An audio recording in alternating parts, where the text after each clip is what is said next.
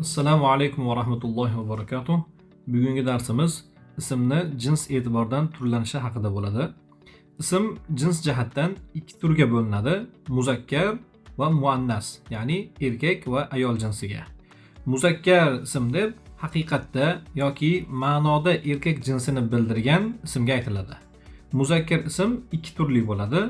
Muzakkar haqiqiy, ya'ni ma'noda ham shaklda ham erkak jinsini bildirgan ismdir.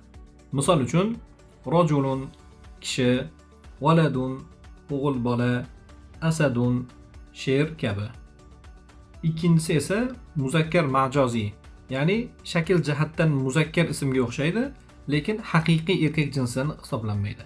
Misol uchun qomarun oy, jabalun tog', kitabun kitob kabi. Muannas ism esa 4 xil bo'ladi.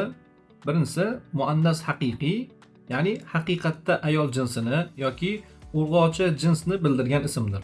Misol uchun imroatun ayol kishi, bintun qiz bola, naqotun urg'ochi tuya kabi.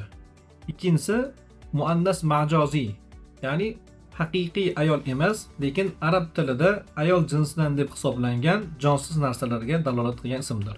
Misol uchun shamsun quyosh, darun hovli, narun olov kabi.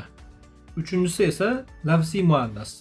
So'z oxirida tamarbuta bo'lgan ismlarni lafziy muannas deyiladi. Misol uchun muallimatun o'qituvchi ayol, tolibatun o'quvchi qiz, xodimatun xizmatchi ayol kabi.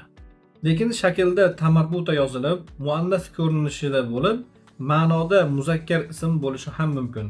Misol uchun Hamzatun, Tolhatun kabi. Bunday ismlar ma'naviy muzakkar ismlar deyiladi. Muannas ismning 4-turi ma'naviy muannas deyiladi. Ya'ni shaklda muannaslik alomati bo'lmagan, balki ma'noda muannaslikni bildirgan ismlardir.